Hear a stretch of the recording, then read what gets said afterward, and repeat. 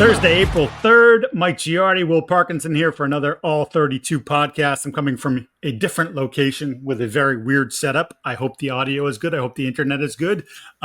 As always, this show brought to you by PrizePicks, the exclusive daily fantasy partner of the CLNS Media Network. What we thought we'd do today, Will, is give some binkies, if you will, some of our favorite Day 2 and Day 3 draft prospects. And, of course, we'll touch on the Joe Milton trade, but I'm going to save that for the end because he's a backup quarterback. In fact, he was a third-string quarterback for a better part of the year. I'll let you kick us off, though, today. What do you got for us? Yeah, so, I will just say it is funny. We'll touch on it at the end, but the outrage on both sides about Joe Milton. Yes. Have we not made the Matt Flynn mistake before? I'll start us off with a guy who, frankly, I think every team in the NFL could use in the modern NFL, and it's Jackson Hawes, the tight end at Georgia Tech. It's just his mentality is one of 1980s and 1990s tight ends, which is he's going to catch 10 to 25 passes a year for 200 yards and 2 touchdowns and be more of a third down goal line guy. He's a better athlete than I think people give him credit for. But this dude is just built. He's got a couple screws loose. I had 2 people in the NFL, both in the scouting community, tell me he's the best run blocker in the class of any position, offensive line, tight end, fullback. Like, he is the best run blocker. He obviously Georgia Tech, you're going to run the football, but he's a guy who every time you turn on the tape, it's mauling defensive ends, mauling linebackers. He was a puller and like the guy who they ran behind. They didn't run behind their offensive line. They ran behind their tight end. And he had a quote at the combine that I thought was pretty telling. And he was basically like, I want to get up under your face mask and make you bleed. And he plays like that. This isn't the BS, the rah-rah guy that comes in and he's like, oh, I'm Mr. Tough Guy. Like, no, he's like, I want to beat you up, and then does it for 70, 80 plays a game. And I've mocked him to the Jets 100 times. I could mock him to the Patriots. All these teams that want to run the football, I would heavily suggest taking not the 4th round, probably more round 5, round 6. He's probably profiles as more of a tight end 2 in the NFL. He's not going to be maybe your lead dog, but he's going to be a guy who you go 12 personnel, and Patriots fans know this well, like the Pat Devlin days. He's a different type of player, obviously, because he's a much better athlete and can actually catch passes. But like when we bring him on the football field, we're going to smash mouth run you over. And especially if you're a team that has a dynamic pass catcher, maybe you're the Raiders and you say, hey, we want Brock Bowers to really just not have to do anything other than certain times he'll block, the Chiefs, and the Chiefs won't take him because they have Noah Gray and whatever. But point being, if you have one of these kind of more one-dimensional tight ends, the Broncos with an Evan Ingram, right? Like, hey, we don't really want Evan blocking that much. He's more of a big slot. Jackson Hawes is going to be the perfect kind of candidate for any team in the NFL. And again, it's more of a mentality, a physicality nature that the most successful teams in the NFL right now have brought back running the football, playing defense, a physical nature where they can not only run that 4-minute offense in the end of games, but also establish a tone to set up play action and these different things, not just throwing to run, but also being able to run to throw.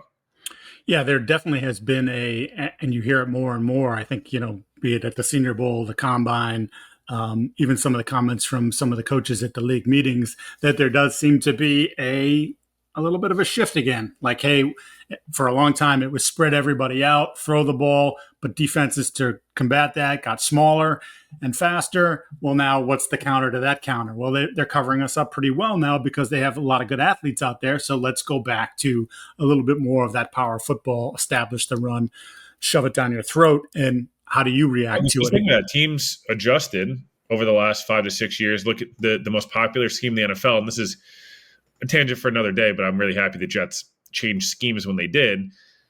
Everyone moved away from the 2-gapping defensive tackle and the nose tackle days and playing with 3 linebackers and being able to play. Everyone moved to 5-6 DBs on the field at once, linebackers that are 220 pounds, defensive ends that are 230 to 250, not the 280-pound defensive ends we grew up with.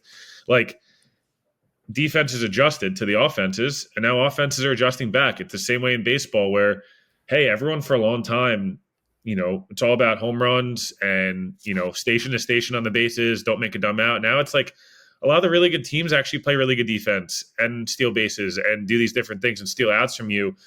I just think he's a player that, he's more of a throwback. And again, I'm not sitting here telling you this is a guy that's going to the Hall of Fame someday. I am telling you he's going to be on a roster for 12 to 15 years. He's going to be a guy that is a fan favorite and very much, you can play him at fullback, you can play him at Y, he's athletic enough. And I just think he is a guy that if you're trying to set a culture, especially these new head coaches, the Vrabels and Glens of the world that are like 90s players that want to kind of bring back that old school style, he would fit really well in both organizations. Yeah, he's a nice player. He's definitely, again, we're not talking, there's buzz about him, and it's not because he's a first round pick or a second round pick. It's just like, hey, this guy fits a niche, and if you want to put him in there, you feel like you can trust him to immediately come in at the NFL level and make an impact in that role. Again, he's not an all-pro. He's not a Pro Bowler, but it's that, hey, we need someone who can just absolutely be a dog at the point of attack as a tight end and make you rethink how you want to try to defend that. And then maybe you get the advantage. Oh, they go bigger, and now we sneak somebody out in the flat, or we get over the top of you, and now we have a big play. My first guy, who I absolutely adore, is Andrew Makuba, the safety from Texas, 4-year starter, began his career at Clemson. He was the ACC Rookie of the Year in 21 at Clemson, transferred this past year to Texas, third-team All-SEC, 5 interceptions. So I love the ball production. 4.45 40. Here's the thing about the kid. He plays like he's 6'2", 225, or at least that's what he thinks he is. He's 5'11", 186 pounds. But at free safety, he wants to smack you in the face every chance he gets. And I love that competitive nature about him. And you wonder, can he hold up playing with that sort of ferocity going forward in the National Football League? But he held up really well at the highest levels in college at Clemson and then at Texas doing it. So maybe his body is just built for it, or at least built for it in terms of a rookie contract. And then you see what happens after that. I love his range. He, to me, is one of the true free safeties. Like there's a lot of that sort of like the Patriots with Duggar and Peppers, sort of like you have these two interchangeable safeties. If he's in the box and he's back there, vice versa. Now, he's not a box safety. He's a free safety. The Patriots haven't had one since Devin McCourty. There's actually been some comparisons to Devin McCourty in terms of how he plays. And remember, McCourty started his professional career as a cornerback, and then after a rough second year, was moved to free safety, and then, of course, found a home and was an important piece for the Patriots for a full decade. Makuba sort of has some of that stuff in his game.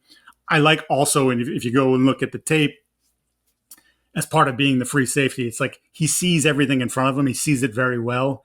And while his size and his length, he doesn't have the long arms, can eliminate there could be more ball production if his arms were a little bit longer and that sort of thing. He's still around the football a lot. He doesn't get fooled. I just like the overall intelligence of the football player and how he sees the game, keeps it in front of him. And like I said, just a ferocity to his game that you would not expect from someone who weighs 186 pounds. He's just a dog. I mean, honestly, he's an absolute dog. I think there are, I don't even know, a dozen teams that could look at this player and say, 4th round, are we getting a starter? I think he could be a starter for a lot of football teams in his rookie season. So Makuba is one of my guys. Yeah, no, I like Makuba a lot. I think, again, this is more of a round 4-ish guy, later day 2, early day 3, but should be a starter in the league, has the athleticism in order to be that.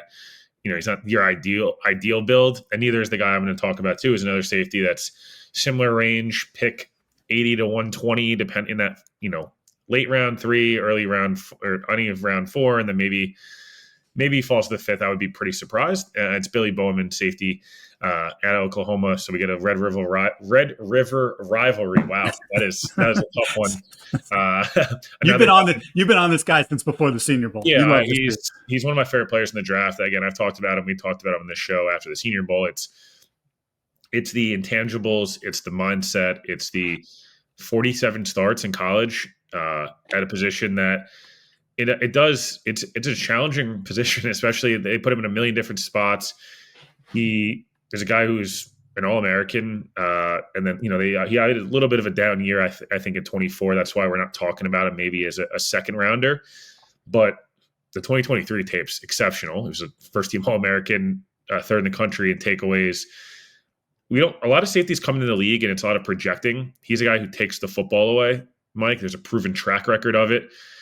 That's something that's important to me. He's a willing tackler. Is he a guy that, again, very much like Makuba, like, are you sitting there saying, like, I hope this guy has to make 130 tackles a year? No. Is he Earl Thomas? No. But at the same time, he's a similar mentality of, like, again, I'm not saying he is Earl Thomas. My point being, undersized guy who no problem sticking his nose in there. And then maybe it's the reason he plays 8 years in the league, not 14.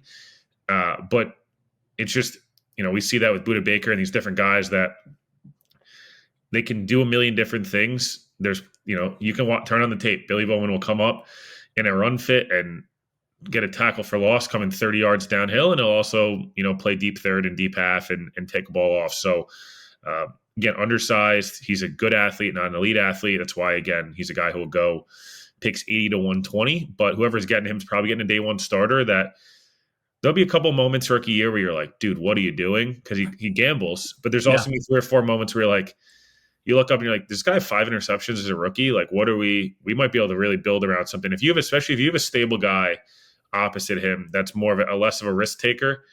And then you compare him with somebody like I almost said Budda Baker, with a Billy Bowman, you're going to put yourself in a good situation. And I've told this story a million times. He's the best trash talker in the draft, no question about it. He's going to be extremely annoying if he's not on your team. And if he's on your team, another guy who will be a popular rookie jersey choice of whatever fan base gets him. Yeah, I love the versatility of the player too. Like, as you mentioned, sort of you can put him in some different spots and feel very comfortable that he can handle all those roles, and the toughness factor. I think that's one of the things I think when we go through this process here as we're naming some of our draft pinkies, like, I think you're going to see that there's a certain level of football toughness that a lot of these guys bring to the table. That's sort of a trait that I find very attractive. He's a tough dude. I love that about him. Springtime is here. Baseball season underway. Don't miss your chance to add your favorite players from the diamond to your PrizePicks lineup. Whether it's strikeouts, RBIs, home runs, take your pick, more or less, for your shot to win up to 1,000 times your cash in the best fantasy sports app known to mankind. That's right. Humankind, mankind, whatever. You can also mix and match sports because we've got the NBA and we're closing in on the playoffs. You got the NHL with the same thing. So just get involved. Download the app. Use the code CLNS to get $50 off instantly after you play your first $5 lineup. Again, download the app today. Use the code CLNS to get $50 off instantly after you play a $5 lineup. PrizePicks. Run your game.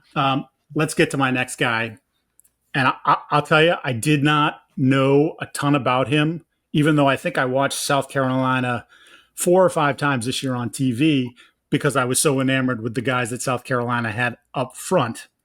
But linebacker Demetrius Knight, who when I saw him at the Senior Bowl, I said, good God, there's no one in the group of linebackers that's built like this guy. 6'2", he weighed 235. I think he's more like 240, 245. Long arms, massive paws, and violence to his game. He is, to me, a classic 4-3 middle linebacker, run defender, get downhill, blow up guards, blow up running backs, fullbacks, whatever it may be. But the thing that I kind of like about him, and I don't think he's not going to be a man-to-man cover guy. Like, that's just not how he moves. But he does seem to understand past concepts and has a good vision for it, so that he actually looks pretty good in zone coverage defending the pass. So there is that part of his game where, look, do I think he's a first and second down linebacker in running situations? I do. But if he gets caught out there in a passing situation, I think there's enough to his game that he's not going to be completely exposed and say, oh my God, how's he out there? No, he's a football player. Interesting. He's been in college football for 6 years. Yep. So he's not a 21-year-old that you're projecting. There is sort of a finished product element to him being in college as long as he's been. Ran a 4.5 840 at that size. Some of his testing numbers show you the explosiveness of the athlete, which is what you want for someone who's going to play downhill and be that physical. Can you blow up the 320-pound guard or the tackle? He can. He has that strength. He has that power to his game.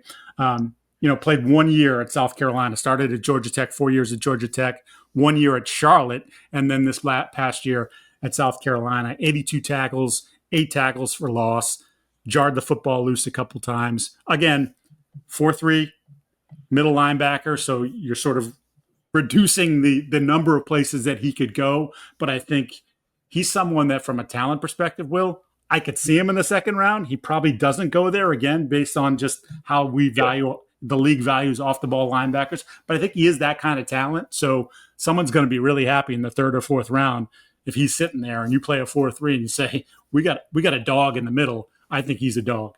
Yeah, I went with Woody Marks as my next guy. This is a really deep running back class. This is a draft. If you need a back, maybe you need two. George Patton, talked about this. One of the funnier quotes of the week at the owners' meetings literally was like, "Yeah, it's a great class. Running back rounds 2 through 6. Like, we're going to take a running back." And it was just straight up was like, expect us to draft one. I love how you said in the second round as if they're not going to take Omari Hampton at 20, but. Woody Marks is a guy, again, older prospect, 24 years old. Obviously did his time in college, but as a projecting out of like a running back 2, if you will, I kind of hate the term like edge 2, running back 3, like whatever. It's right. I get it, but change of pace guy is somebody that ran mid 4.5, so you're not going to get this burner speed, but quick, agile, great pass catcher.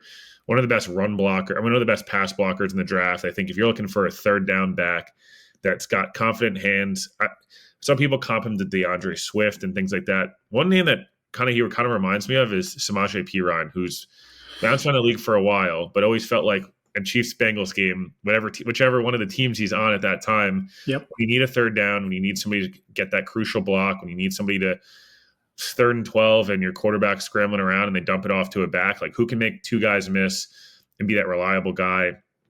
I think he's better than a Samaje Perine, but my point being, like, that might not blow you away, but in the 4th or 5th round, that's what you're looking for. You're looking for special teams, can pass block, trustworthy guy, knows the playbook, will get yardage when, he's not going to fumble, do these different things. I thought he was impressive in Mobile. I thought he tested well enough, at the Combine and Pro Day stuff. So high character guy. I think if you want a good example of who Woody Marks is, turn on the Michigan tape from last year. That USC team up front was getting slaughtered. Kenneth Grant and Mason Graham, between that and the Ohio State game, both those games are going to get those guys taken in the top 30, whether they had the other tape or not. But Woody a couple times, 3-4 missed tackles, against a really good defense. And just, I think I like Woody again. There's a lot of guys like Quinn Allen. There's other ones on day 3, RJ Harvey, all these different guys. But Woody doesn't get talked about a lot. And I just think he's a good football player that someone will be happy with their 4th or 5th round pick. I'm going to stick with running back as well. And it's funny because we've talked about this since the Senior Bowl, just the plethora of running backs. I mean, different flavors, but there's a bunch of really good players, whether they're the lead back or a committee back, but certainly a lot of guys that I think next year, when we look around the league, you're like, oh yeah, he was a 5th round pick. Oh yeah, he was a 4th round pick. He's a good player. He's a good player. He's contributing to a team winning. My guy is RJ Harvey from Central Florida, 5'8", 205. So he is a fire hydrant. I'm serious. Like, the thickness of his lower half, his legs, his ass, like he's a big, big boy, physical dude, ran a 4.40. I'm a little bit of a sucker for that sort of body type because I love he's low to the ground to begin with. Then when you have that lower body strength, dudes bounce off him at 205 pounds. He's a hard guy to bring down, a hard guy to tackle. And he was the Central Florida's offense. I mean, 22 touchdowns last year, 1,500 yards. Like, they needed to play. They figured out a way to get him the ball. That contact balance, as I talk about, like not being able to knock him down. Like, you'll see a lot of times a guy will get into his thigh and he'll bounce off that and boom, up the field, constantly moving up the field. So I love how hard he runs. There's a good patience to his running style as well. And like when he finally picks it and goes, definitely has to improve, especially at that size. His value in the pass game, like he's not a particularly good blitz pickup guy. That's going to have to improve if he wants to expand his role. He's not particularly good out of the backfield in terms of catching passes. I think it's there. I think you see there's some reps in there. You go like, why isn't this more consistent? And I think that'll be a focus for him if you want to get on the field, you want to make more of an impact, I think you're going to have to carve out a role like that. But he's a really fun runner. He's a good runner. And, but he's not the lead dog. He's a number two back. But if you're a team that doesn't want to have that quote unquote bell cow, right? And you want to spread out your carries, would I be surprised if RJ Harvey is carrying the ball 10, 12 times every Sunday? Like, I wouldn't be, because I think he's that kind of runner. I think some teams can be very happy. Again, he's probably in that fourth round range. Maybe somebody likes him a little bit earlier. Maybe he goes a little bit later because of the size. But, like, again, he will be. I feel very confident that he will be on someone's roster and impacting games every weekend in the NFL. Extremely explosive. Will be one of the best for people that played Madden. He will be a fun Madden guy. Like every run's like Reggie Bush in NCAA 2005, where it's like, oh, RJ bounced it outside again and beat six guys with a juke move. Like it's just, he's got fun tape. My last guy I'm going to go here, Femi Oladejo out of UCLA. Love him. I'm going to say he's a converted linebacker, big dude, 6'3", 260, 265. Like again, if you sense the trend here, a lot of guys that kind of fit the old school NFL that's kind of coming back in a lot of ways, which is so funny. The rules get more and more soft, and the league's transitioning into more and more like who's willing to dominate the other person. It has a lot to do with the new coaching around the league. Oladejo is a guy who we saw at the Senior Bowl. Is he raw as a pass rusher, Mike? For sure. He's played edge for like 10 games of his life. So still to have 3.5, 4 sacks, in college, created a bunch of pressures. To still he's got a couple of nice different moves to him. He doesn't have a true plan right now as a pass rusher, which it is what it is. That could be taught. You can't teach a guy that, I don't know, played 3-down linebacker in the Pac-12 and the Big Ten at 265 pounds, and then gracefully was like, hey, I'll move spots because it's what's best for the team. We want you on the field. We have other linebackers we think can move and shake better. Transitions to edge, and Kenny Clark Award winner at UCLA. He was voted kind of like the best human being at the Senior Bowl. In layman's terms. And again, I just didn't test a ton, but I just, to me, high character, highest of character guys, great motor, plays really hard, got really good size. I'm not saying he's Keon White, but a lot of the similar, going to be a really great run defender day one, in my opinion. Yeah. And to me, if the Patriots, he is a perfect fit for a Vrabel. Hey, we want you to can you grow to be a 6 sack a year guy that's a great run defender, and we trust you on the field on all 3 downs. Again, he'll go in the 4th or 5th round, and someone's going to sit there and go, wow, we got an 8-year starter. Right. I'm not saying, or an 8-year player that's at least in our core rotation for a long time. Again, it's really hard to teach size, motor, and just work ethic and character. And those are things that to me are no brainers. And again, a guy that the lights keeps coming on a little bit more. I felt the Senior Bowl, he had more of a pass rush plan, and I was like, ooh, okay. He's starting to kind of figure it out. So he's still a super raw. Year one, is he going to be 12 sacks? No, I don't know if he'll ever get to that. But he might have 4 or 5 moments where you go, yep, okay. In a year 2, full offseason under his belt, does he bulk up and be the 6'3", 280 guy that plays that JFM role that's can kick inside at times, can kick outside? And look, he's a guy who maybe your defense wants to run some simulated pressures, or you're out in Seattle with Mike McDonald and you want to do simulated pressures where an edge rusher has to drop into coverage at times, or Todd Bowles in Tampa, these different systems where guys have all these crazy responsibilities. He's going to be able to handle that. And once in a while, if he has to be one-on-one with a tight end, he's comfortable doing it. We've seen him do it. So flexibility, character, work ethic, and again, a guy that I don't know what his ceiling is, because frankly, I don't think anyone does. He's played 10 games as an edge rusher, but he's an NFL player, no doubt about it. And some team will like what they get on day 3. I apologize if you can hear the guy mowing the lawn. Of course, there's no chance you hear the rain in the background. Yeah, that had to happen right now. He's such an interesting player to me, and you mentioned it, that he led that group of defensive linemen at the Senior Bowl. Like you had a bunch of dogs. You had a bunch of, I keep It's a saying great dog, group. but you had a bunch of like real, like first round, second round type people. And he was the guy that everybody looked to. And he was the guy that set the tone in practice every day. Like I love that about him. And I think your point is a really good one about like starting to see him develop as a pass rusher. He hasn't been doing it very long. So I could see him in the first half of next year being someone that maybe he's not active every game or like he's barely playing. And then all of a sudden you're like, hey, in November, he made a couple plays. Hey, in December, he's playing a little bit more. And then the jump going into year 2, where he's had a full season in the professional ranks, learning how to be a better edge rusher, learning that plan that we talk about that's really critical. Like he has all the physical tools to be a solid player in the league. As a pass rusher, I think he's already kind of there as a run defender. I think he's already got the tools to be that guy.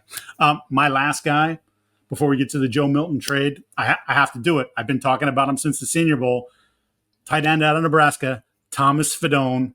Again, 4 or 5 star, depending on which scouting service you blew out his knee as a freshman, blew it out again as a redshirt freshman. So you got to be comfortable with the medicals, but did a real nice job at Nebraska. Their offense, even though they had the quarterback, everybody's talking about the Patrick Mahomes clone, whose name is escaping me at this moment. Their offense wasn't that great. He was a good player. And then I think you saw there's even more in there at the Senior Bowl. His ability to come out of breaks. First of all, he runs good routes. His ability to come out of breaks, gets his head around, real good hands. You saw him elevate several times. Like this is a really good athlete at 6'5", 243 pounds. I think he's going to need to get a little bit bigger because I think if you look at some of his tape, especially if they run behind him, he's not moving guys enough. This isn't Hawes. Like that's not the same type of player. He's definitely more receiver than he is blocker. But there is he's willing, and there are some good reps. I just think he needs to get a little bit bigger and a little stronger. Like if he gets to 255 and gets a little bit stronger, I think he can be at least a above average run blocker. And I think as a receiver, he's very smooth. A lot of contested stuff too. Like he catches the football. There's a good catch radius. Like he's a really interesting player. Again, I've been joking about how he runs. I said it looks like he's getting electric shocks in each leg at different times. There's a little bit of a weird stride there, but he runs well. So I love him. I mean it. I think he's probably, not even probably, I think he's the 5th or 6th round pick, but he's making somebody's roster. And if the knees hold up, he's going to be around for a long time. Again, I'm not projecting that this is going to be some 75 catch guy. I don't think he's that, but I think as someone's number 2 tight end, he could carve out a nice role in this league for a long time. Yeah, there's a lot of really good. This draft overall, if you're picking in the top 10, which unfortunately both the teams we cover are. Yes. Outside, I mean, Patriots very well may end up with Hunter or Carter and they'll end up with a blue chip guy. Outside of that, you're ending up with probably a good, who knows, right? We never really know with these guys. They're blue chip guys that end up sucking, and there's guys that are nobodies that end up being great. But it picks like 25 through 80.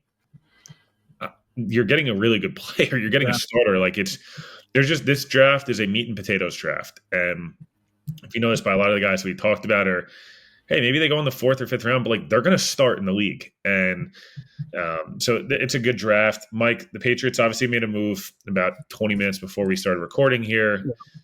I'm just going to start this and let you go because you obviously cover Joe Milton. Joe Milton's got a fantastic arm from a set position and throws with insane velocity and got a perfect spiral, does the whole thing. If you're a Patriots fan, I think I would have liked to see them keep Joe Milton a little longer until post-draft to a team that was like, damn, we thought we were going to get our day 3 guy. We didn't. Here's a future 4. Maybe the Patriots wanted to pick this year, so they said, listen, it is what it is. Like we're going to move from the 7th round to the 5th round, and that's what we're going to do because we want an extra guy. I would say some of the things I've already seen are like Joe Milton's going to be a star, and Drake May was insecure about his job, and all these different things. I would shove that where the sun doesn't shine. Drake May is 100 times better than Joe Milton. Joe Milton's, again, fun arm, fun, like Madden guy, fun Oh workout yeah. videos with the throwing the orange and the whole thing. 6 years in college did him enough to be a 6th round pick. He started one game last year, and a meaningless game. He Matt Flynned himself. Good for the Patriots. Matt Flynned himself, and actually maybe not good for the Patriots because they probably would have been picking one. So if you're Patriots fans, like he won you a meaningless game, and he may have cost you Travis Hunter or Abdul Carter. All in all, Mike, I don't know why this trade is as big of a deal as it's being made out to be, and I feel like good for Joe Milton. He's now a backup instead of a third stringer, and good for the Patriots to basically turn a late 6th rounder into a 5th rounder, but in a year. But like other than that, it's kind of insane we even have to talk about this. But I'll let you go here. Unrealistic expectations. That's what this is about. Why Patriot fans might be grumbling, because for some reason they thought a guy that was in college for 6 years and couldn't master the position in 6 years in college, who does backflips in training camp and has a hose for an arm. He does. There's no 75 yards with a flick of the wrist. Like, he's got that. But he played a game against backups, and yeah, he looked good. I no argument. His pocket awareness was great. He seemed to process pretty well. Not that the Bills are trying to do anything to screw it up. The Bills were trying to lose the football game, as you supposedly were as well, and just didn't. Um, he's a pain in the ass. People probably don't want to hear that. It's not like he's a bad kid. He's not a bad kid. But like, he thinks that he is something that he's not. And he thinks that he is something that the entire league didn't think he was, which is why he went at the end of the 6th round. I'm curious if he's ever going to put in the work necessary to become the guy that his physical attributes say he should be. But at the end of the day, like I said, unrealistic expectations from the fan base, thinking they could get a 2nd or a 3rd round pick, or he would help them move up in the like. There's just some crazy stuff that went around him, and it's all because of backflips and one good game against the JV team for the Buffalo Bills. I also think the Patriots kind of sent a message to him. Not that it really matters, because you're probably not coming across Joe Milton too often in the rest of your time in the league, but you want to keep putting out there. And this was as much about the news cycle. He was constantly in the news cycle since the end of the season. Think about it. Like, how many times, teams are really knocking down the door for the Patriots. Oh, they were knocking down the door. Patriots had to attach a 7th-round pick to get the 5th-round pick. So it's not just a player, but a 7th-rounder. So essentially, if you look at some of the trade charts, they basically improved from where they picked him last year by a half a round.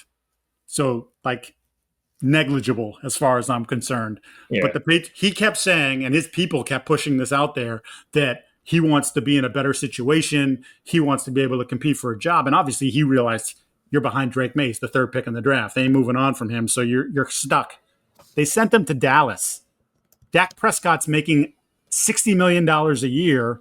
And I know there were some trade rumblings about Dak Prescott that are, as anybody who knows, I hate the salary cap thing, but like anybody who knows the cap was like, they can't trade him. It's like, it was like, it would be the worst player. I think of Jason from Over the Cap was like, it'd be the worst player in the entire league to trade in terms of how damaging it would be for the cap. They're not trading him. Joe Milton's going in there to be a backup. So Joe, you complained, you bitched, you moaned.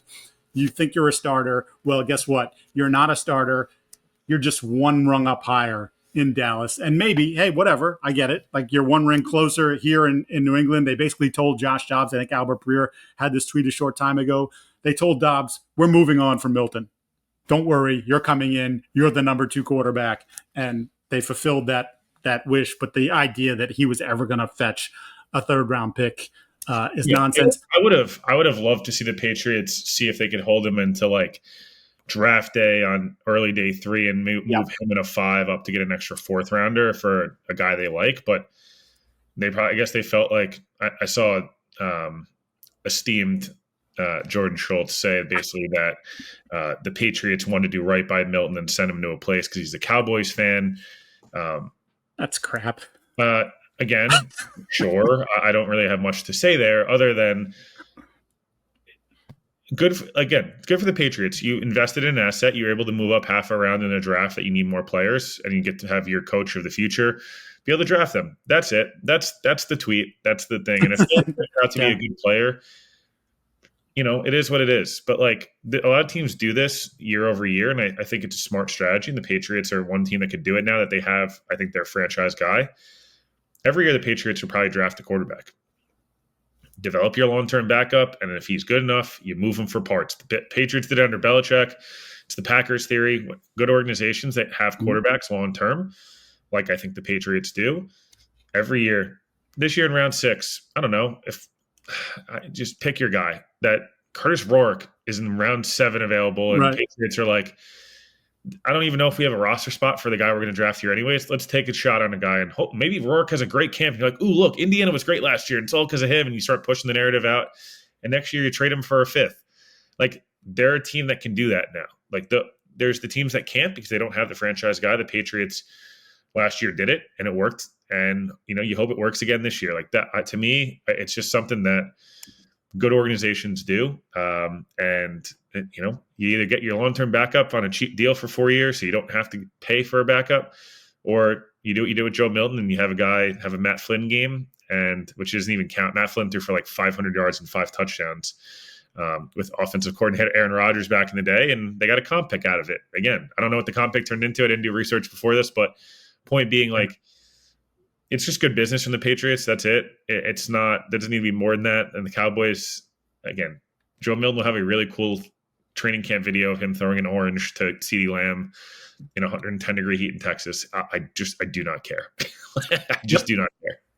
I'm with you 100%. I'm with you on the whole quarterback drafting thing too. It's if not every year, every other year for sure. And it's all day 3. You don't need the 2nd round, 3rd round. It's that 5th, 6th, 7th round sweet spot. Just take a shot on someone that has some tools or whatever. He develops into I think Josh Dobbs was a 5th round pick. He just develops into a guy that's in the league for 10, 12 years and can back up. And if you have to start him for a game or two, he's smart enough to handle the role that he has and the business that he has. And that's that. But yeah, that's it. I think there were some people that called into sports radio, which again, whatever denominator that you want to put those people in, who were like, Milton's better than Drake May. Stop. Just stop. That's going to do it. That's a nice, short, sweet edition of the All 32 pod again on Thursday, April the 3rd. We appreciate you being with us here as always. I hope my setup wasn't too disconcerting here with I think I have a pelican over my shoulder. I don't know what that is.